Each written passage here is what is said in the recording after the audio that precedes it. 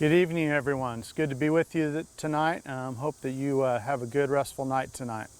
I have a bit of announcement before I get into the devotion part.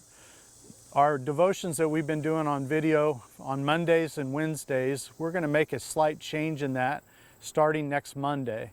Instead of posting at night, we're going to start posting at 9:45 and 10 a.m. in the morning. This will allow you the opportunity throughout the day in order to watch the video. But also, when you do that, we would encourage you guys to share or like or pass that on to other people, post it to your Facebook page, or just send somebody a link. This will do two things. Number one, it'll give you an opportunity to share with others what is being said, and maybe it could be an encouragement to them. But the second part of that is that will actually increase traffic to our Facebook page and possibly make a connection to some people. And maybe that will invite them and encourage them to come to Crossroads. So if you guys would do that for us, we would appreciate it. I want to start by talking about Norman Rockwell. He's one of my favorite painters. As a kid, I looked at a lot of his paintings, and mainly it's because of my dad. He really liked Norman Rockwell as well, and he actually had a big, thick book of all the paintings that Norman Rockwell had done and kind of the evolution of his style and things like that. My wife and I bought a print of a Norman Rockwell one time when we first got married, and it's the picture of the boy and the girl sitting on a little wooden bench, and right below them is a dog, and they're looking off into the sunset. And we just thought that was fitting because we had just gotten married and it was just me and her, and yes, we bought a dog that looked almost exactly like that dog in the picture. And so that was kind of cool. But my favorite Norman Rockwell painting is the one where Norman Rockwell is sitting in front of a blank canvas doing nothing. He's painting himself sitting in front of a blank canvas. And I like it. I don't know if this is true or not, but I kind of visualize him having a painter's block, like not knowing what to do. You know, he's painted so many different things, there's so many different ideas that he's had, but every once in a while you get to that point where you just don't know what to do about it.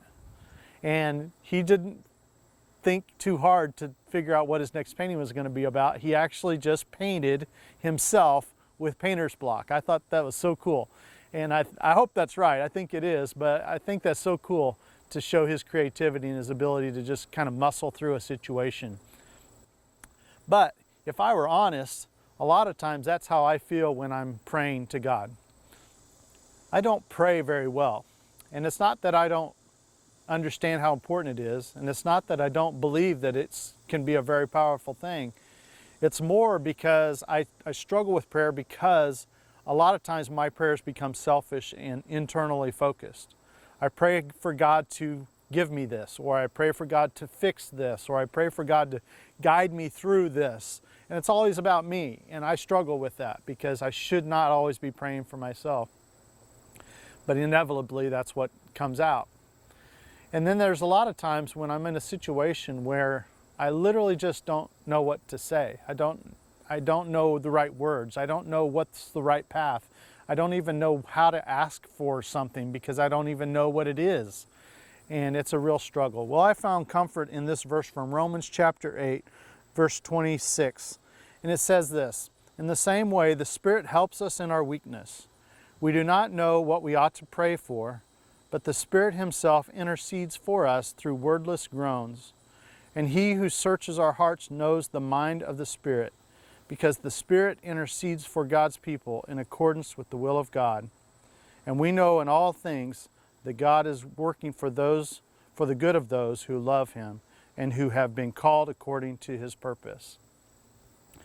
I really found a lot of comfort in that verse because at a situation that I'm in, and that happens a lot, I don't know what to do about it. I don't know what to ask for. I don't know how to pray for it.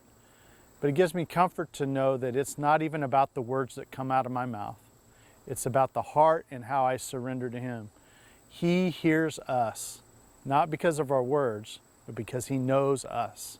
And He will guide us through that. And when we pray, even though we don't say anything, He knows what we're praying for and asking for.